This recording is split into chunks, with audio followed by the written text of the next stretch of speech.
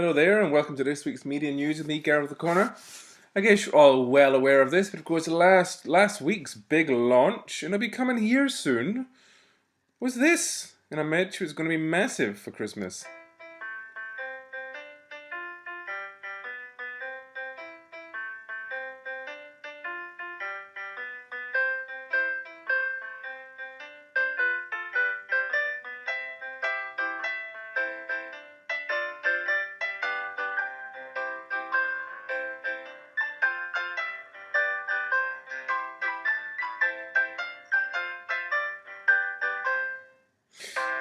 And if you saw Conan O'Brien's version of that, it's quite funny. Go and check it out. But this rolls beautifully into a little mobiles segment. Always talking about mobile. I wonder why. But things are looking very good for Apple in the mobile space too, and also in the sense that things are looking very good for smartphones. But it's not just smartphones at the moment. Most people who are going to buy a smartphone in the next 6 months already have one. With 27% of people who said they're going to buy a smartphone in the next 6 months do not have one, so new to market. But it goes to show the amount of people now who actually have a smartphone. Of course, these are US stats, but I would imagine these stats are quite similar the world over. Particularly when you think of the amount of people who always upgrade their smartphone for either the next one. Like the iPhone, for instance, people might skip one, but once you're there, you're there. But really huge thing really for Apple when you think that Android now, first time buyers, 57%, Apple 34%, all the others, unfortunately, 9%. But when you look at total buyers, when you think Android is, from Google's platform, it's spread across thousands of handsets. And Apple, of course, now you could say the iOS operating system is across, what, 10 products? iPhone 5, yeah, around 10. Quite remarkable, to be perfectly honest with you. As of last month, though, smartphone ownership: Android 54, iPhone 31. This is a kind of similar story, pretty much, if you look at NZ Marketplace too. But it likes of BlackBerry on its way out. Windows struggling to make a dent, and the other few. It gets to that point where you think they're still going to be around in a while, but I guess we shall see. But it looks like this year Apple, with the launch of iPhone 5, they look like they're going to gain about 8 percentage points. And of course that will help with all the other phones being sold cheaper. But regardless of orientation, eMarketers now said that smartphone penetration in the US will reach 43% of the total population of the country by next year, and nearly 60% by 2016. That's total population. So at the moment, those who have a phone, by the time we edge into next year, over Christmas, 56% of people who have a phone in the US will be a smartphone. I think NZ will be around a similar sort of level. 2016 will be 74%, and I imagine that'll be similar to here. Speaking of phones that are smart, there are now more than 1 billion of them in consumers' hands around the world. 1 billion. It gets back to that point of me always saying, if you're not thinking about mobile, start to think about it. First and foremost, though, get yourself a mobile-friendly website. It's a must. A must. Facebook now makes 14% of its revenue from mobile advertising. Pretty good when you think, they're making obviously $1 million a day almost on some mobile sponsored stories, but 60% of their users are accessing the site from their mobile, so there's still quite a bit of ground to make up. And they've also just found that 20% of new Facebook users are now coming from mobile. So it goes to show there's a huge void that Facebook need to address to keep all of those shareholders happy. Google eyes a mobile future, no surprise there. But they're now generating $8 billion a year from mobile operations. Most of that, the vast majority of that obviously is coming from mobile search. But Larry Page, their chief executive, said, "Today we live in a world of abundance. Abundant information and abundant computing." Indeed. Most of us carry at least one device, all the time, every day. In fact, many of us would feel naked without our smartphone. It's hardly surprising mobile search queries and mobile commerce are growing dramatically across the world. It's not. You should start thinking about mobile. Also, he went on to say, we want to make advertising super simple for consumers. Online advertising is developed in very device-specific ways with separate campaigns for desktop and mobile. This, of course, makes arduous work for advertisers and agencies and normally means that mobile opportunities get missed. Quite a lot of digital opportunities get missed. As we transition from one screen to multi-screen, Google has an enormous opportunities to innovate and drive higher monetization, just like we did with search. But really the thing is now we need to get to a point where we have a seamless experience that goes across both mobile and desktop and TV and whatever screens you have. And that's what Google are focusing on. And that's really what most advertisers need to think of. You need to start thinking of telling a story across multiple screens. Not the same thing on every screen. A narrative arc, good people. For kids, it's all about smartphones too. This graph is from the UK. And amazingly, kids start to get phones around, well, some 5, but starts to see spikes around 8, 9, 10. When you think of any mobile telephone, when you get to 12, 80% have a phone. Nearly 60% have a smartphone. 15-year-olds, nearly 90% of them, or just over 90% have a phone, and nearly 80% of them are smartphones. Quite amazing. Roy Morgan has just released some local work. 9 key trends for our digital world. I'll quickly go through these. Smartphone penetrations are now at 31% in New Zealand. It does feel to me that it would be a bit higher than that, but I could be wrong. 68% of smartphone owners access the internet via mobile phone. 68%. So that's 752,000 people in New Zealand. That's normally a higher social group, people with disposable income. Think about it. That's an increase of 99% in the last 12 months. Penetration will hit around 50 after Christmas. I think 2 million, 56% of New Zealanders use Facebook. 5.7 use Twitter, but that's a 31% increase over the last 12 months. 2 million using Facebook. 27% of smartphone owners use their mobile for social networking. Surprised it's that low, to be honest with you, considering 66% of the population are on Facebook and 50% of them access Facebook from a mobile. So I don't know where they got that stat from, but there you go. But only 11% of New Zealanders with smartphones visited Twitter in the last 4 weeks. Okay, yeah, but Twitter's a much smaller audience. Digital media is growing rather quickly. Yes, it is. Digital newspaper consumption has increased 112% in 5 years, and now you can reach more people than you can with print. Tablets are now accessible to over 500,000, so 570,000 New Zealanders 14 plus have access to a tablet. You can do some really nice work on a tablet. Rich experiences for brands. Like print, TV has new competitive threats and opportunities. YouTube is now used by 39% of Kiwis 14 plus. Another great environment for pushing brand content. Make it good though. Men 18 to 24 are the biggest streamers of content, with 7% of them never watching commercial television. And even those who do watch commercial television, it's very light. So if you're after men 18 to 24, probably don't use television. TV broadcasters have been quick to reach and embrace new digital platforms.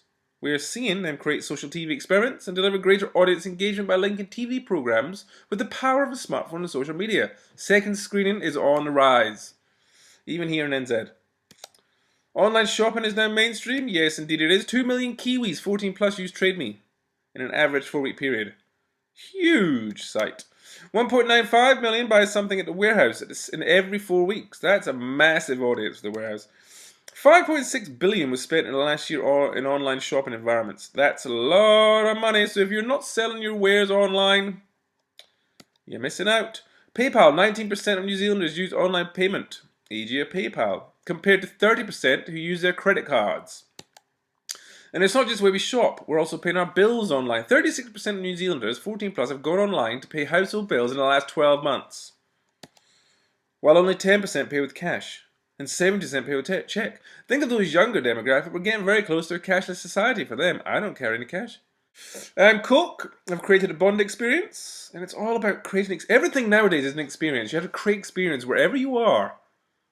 No matter what you do, create experiences for people. People will talk about them and share those experiences.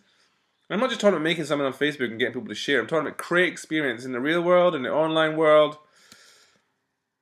Even make ads entertaining. That in itself is an experience. Unlock your 007 has now been watched by over 5 million people in 1 week. Here you go.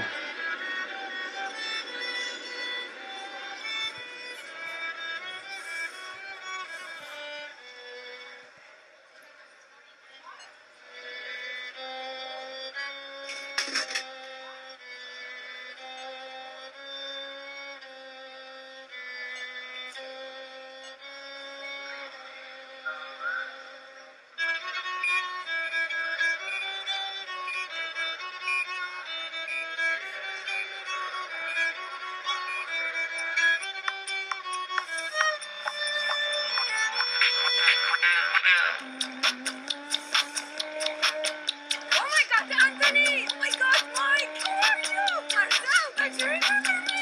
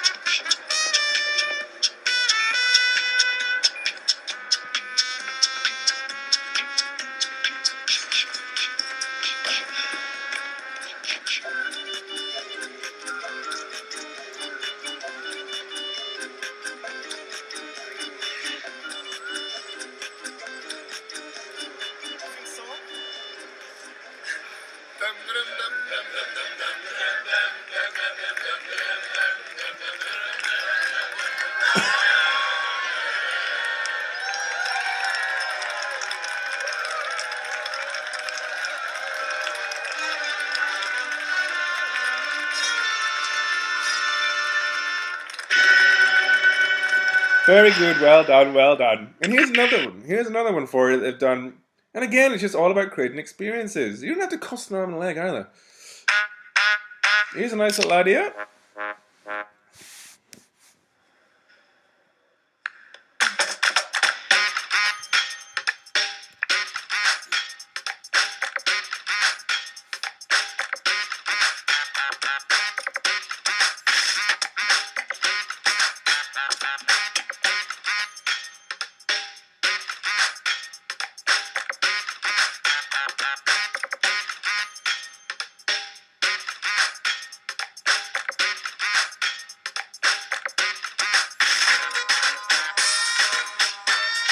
You get the idea, right? It's a dance star game.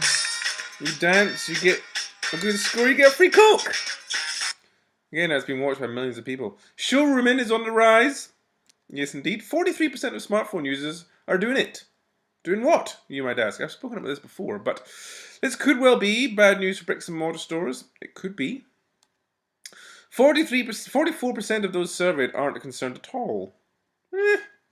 This though means that 56% of people are. So, what is showrooming? Well, it's people going into stores to look at products and then comparing products on prices online.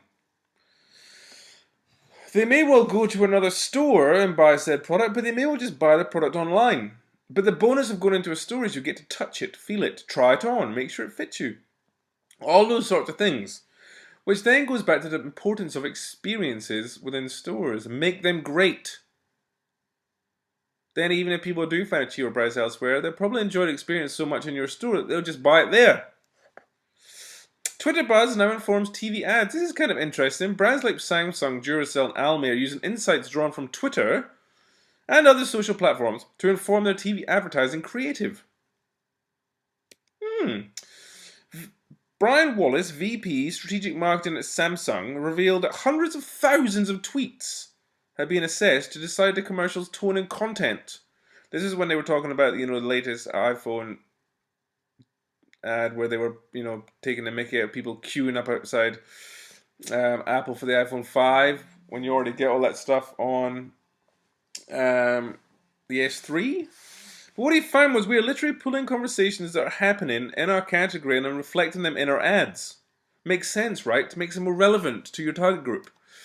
The data on offer went well beyond statistically relevant samples, though. We're actually being able to get tonality in the way people are talking about certain products, which is always better. But interesting and worth noting that it pays to listen to what people are saying, and you can do that by using things like sentiment metrics. You can just find out what people are saying in your category, pull off some insights, and then use them to help create the tone and voice and language of your ad. Last thing for me this week, and it's for a fine cause. I will be growing a ridiculously awful mo for this. But here you are. Hello. I'm classically trained actor and fine woodworker Nick Offerman. A few of you may know me as Ron Swanson from NBC's Parks and Recreation, but let's be honest, most of you know me for this. And this Movember, I'm here to instruct you on how to properly grow your very own. Developing my mustache required years of training. I brought it to Scotland, where sheep herders tamed its unruly. I then studied with Tibetan monks who combed it like a every day. I washed it with cologne, whale oil, and dried it over a campfire of peat and turf. And the bulk of you will end this month with something atrocious on your lip. The rest of you will be passable, but in the spirit of awareness, I wanted to offer a few simple ideas of my own that can help a novice grow a full and thicker mustache. Hammer a nail. Send a regular handwritten letter. Capture a household bug, then set it free. Tolerate a crying baby. Smell wood. Move out of your parents' house. Gain the trust of a dog. Sweat. Eat a raw onion. Eat a raw onion.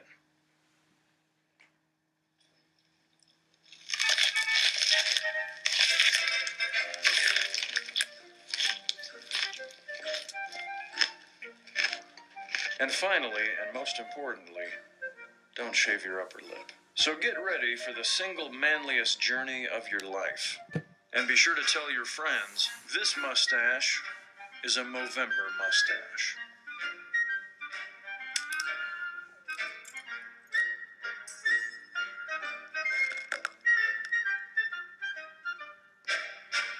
That's it from me. Register for Movember, and I will see you next week.